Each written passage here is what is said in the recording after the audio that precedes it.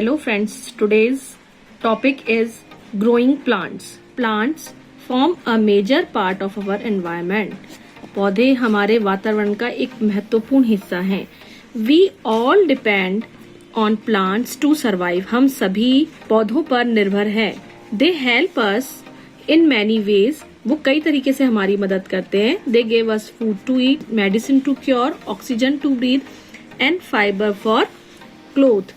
और वो किस प्रकार हमारी मदद करते हैं? खाने के लिए हमें खाना देते हैं, फल सब्जी ये सभी हमें पेड़ पौधों से मिलती हैं. मेडिसिन देते हैं जैसे कि तुलसी है, नीम है. ऑक्सीजन तो हमें मिलती ही है ताकि हम सांस ले सके. और कपड़े बनाने के लिए जो फाइबर होता है जैसे कॉटन है, जूट है, ये भी हमें पेड़ों से ही मिलता है. Therefore, plants are called our green friends. तो ये कहना भी गलत नहीं होगा कि पेड़ पौधे जो हैं वो हमारे हरे भरे दोस्त हैं. We cannot live without plants. हम इनके बिना नहीं रह सकते. So we must grow more and more plants and should take care of them. इसलिए बहुत जरूरी है कि हम ज्यादा से ज्यादा मात्रा में पेड़ पौधों को उगाएं और साथ ही साथ उनकी देखभाल भी करें. More plants would mean a continuous supply of plant product to meet our needs.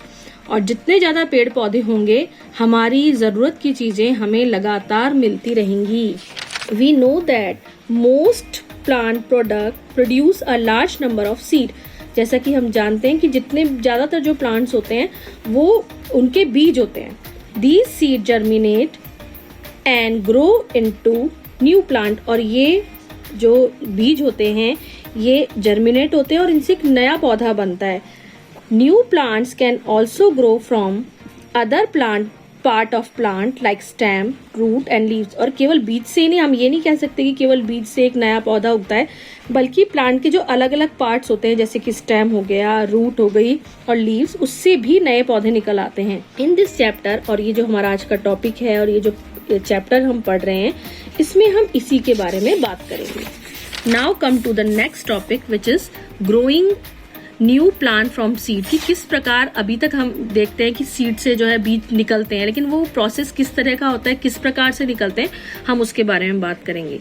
A single plant produce many seed. एक छोटा सा पौधा, एक अकेला पौधा न जाने कितने सीड्स जो होता है उनको प्रोड्यूस करता है. But all seed do not grow into a new plants. लेकिन सारे ही बीज अंकुरित नहीं होते और ना ही उनसे नए पौधे निकल पाते हैं. बिकॉज ऐसा क्यों होता है? क्योंकि सम सीड, कुछ बीज जो होते हैं ना उनको पक्षी खा लेते हैं, कुछ चूहे खा जाते हैं या कुछ और एनिमल्स जो कि जमीन में रहते हैं, मिट्टी में रहते हैं, वो खा जाते हैं. कुछ बीज जो होते हैं वो डिस्ट्रॉय हो जाते हैं जैसे कि हवा के साथ चले गए या पानी में बह करके चले गए. कुछ बीजों के साथ क्या होता है, एक जगह पे मान लीजिए बहुत सारे बीज लग गए हैं, इकट्ठे हो गए, तो उनको सफिशिएंट पर्याप्त मात्रा में ना तो हवा मिल पाती है, ना पानी मिल पाता है और ना सूरज की गर्मी मिल पाती है. और इन्हीं सभी कंडीशन की वजह से क्या होता है, सारे बीज पूरी तरह से ग्रो नहीं कर पाते. अब हम बीज के स्ट्रक्चर के बारे में बात करेंगे. Seed of different plants are of different shape. अलग अलग प्लांट के बीज भी अलग अलग शेप के होते हैं, उनके साइज अलग अलग तरीके का होता है. ठीक है, कौन कौन से उसमें पार्ट होते हैं? पहला हो गया आपका seed coat.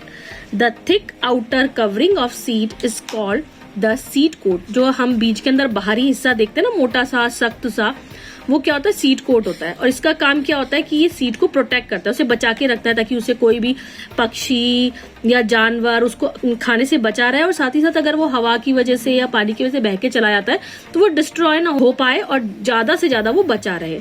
On the side of seed there is scar. जो सीड का जो अलग एक हिस्सा होता है साइड की तरफ जो होता है उस पे स्कार्स होते हैं. This is the place where seed is attached to the fruit. और ये वो हिस्सा होता है जिसकी वजह से क्या होता है, सीड जो होता है वो फल से चिपका रहता है, यानी उसके साथ जुड़ा रहता है. On the top of scar there is a tiny whole.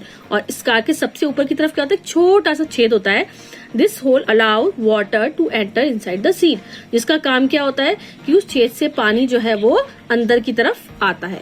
ये देखिए आपको एक सीड का स्ट्रक्चर नजर आ रहा है, किस तरीके से इसके अंदर की ये बाहर का देखिए ऊपर का जो खोल होता है कितना हार्ड होता है. और अगर आप बीच में से सीड को काटते हैं तो किस तरीके से आपको इसके अंदर इसका बीच का हिस्सा नजर आएगा. ये एक सीड के एक बीन जो होती है ना, उसके बीच का हिस्सा सीड का आपको दिखाया गया है. अब हम बात करते हैं कॉटिलेडॉन्स यानी सीड लीव्स के बारे में. इनसाइड द सीड कोट, जब हम सीड को काटते हैं बीच में से और उसका जो बीच का हिस्सा होता है उसमें क्या होता है, फ्लैशी सीड लीव्स और कॉटिलेडॉन्स आर फाउंड। तो आप देखेंगे अंदर का हिस्सा थोड़ा गूदेदार है, ये आपको हरा हरा नजर आएगा, ये उसे कॉटिलेडॉन्स कहा जाता है। Food for the baby plant यानी छोटा सा जो पौधा होता है, is store in seed leaves, उसके लिए जो खाना होता है ना वो इसी कॉटिलेडोन में होता है। The baby plant lies between cotyledons, और जो बेबी प्लांट होता है जो पूरी तरीके से विकसित होकर बाहर नहीं निकला है, वो इसी कॉटिलेडोन के बीच में रहता है। इट कंटेन्स बेबी रूट, उसमें छोटी सी रूट होती है, और बेबी शूट यानी ऊपर का हिस्सा होता है, नीचे का रूट यानी नीचे का, और शूट यानी ऊपर का हिस्सा होता है। Cotyledons protect the baby plant, cotyledons क्या करते हैं, बेबी प्लांट को प्रोटेक्ट करते हैं। Seed like gram, pea, bean have 2 cotyledons, और कुछ बीज ऐसे होते हैं जिनमें कॉटिलेडॉन्स की संख्या 2 होती है, तो ऐसे बीजों को क्या कहा जाता है, डिकोट सीड कहा जाता है। सीड लाइक राइस, मेज एंड व्हीट हैव, और कुछ सीड ऐसे होते हैं जैसे गेहूं हो गया, चावल हो गया, उनमें क्या होता है, कॉटिलेडॉन्स की संख्या कितनी होती है, 1 होती है, इसलिए उनको मोनोकॉट सीड कहा जाता है। ये देखिए, ये आपको इस तरीके से दिखाई दे रहे सीड मटर के, गेहूं के। जर्मिनेट ऑफ सीड, अब किस तरीके से एक बीज जो है वो अंकुरित होता है, उसके बारे में, जर्मिनेट होता है किसके बारे में हम बात करेंगे। When seed enough water, air and sunlight, जब किसी भी बीज को पर्याप्त मात्रा में पानी भी मिल जाए, हवा भी मिल जाए और सनलाइट भी मिल जाए, तो नेचुरली वो सारी चीजें जो उसे अपने बढ़ने के लिए, अपनी ग्रोथ के लिए चाहिए, वो सब उसे मिल रही हैं, तो आसानी से एक बीज से नया पौधा निकल आएगा। The growth of baby plant within a seed to form seedling is called germination, और एक बीज से एक नए पौधे का अंकुरण होना ही जर्मिनेशन कहलाता है। Air help the germinating seed to breathe, और जो हवा होती है वो ये मदद करती है कि एक छोटा सा जो नन्हा सा पौधा निकला है वो सांस ले सके। Water soften the seed coat, पानी का क्या काम होता है कि वो सीड के अंदर के हिस्से को क्या करता है, नरम बना के रखता है। Making it easy for the plantlet to come out, ताकि छोटा सा नन्हा पौधा आराम से उसमें से बाहर निकल आए।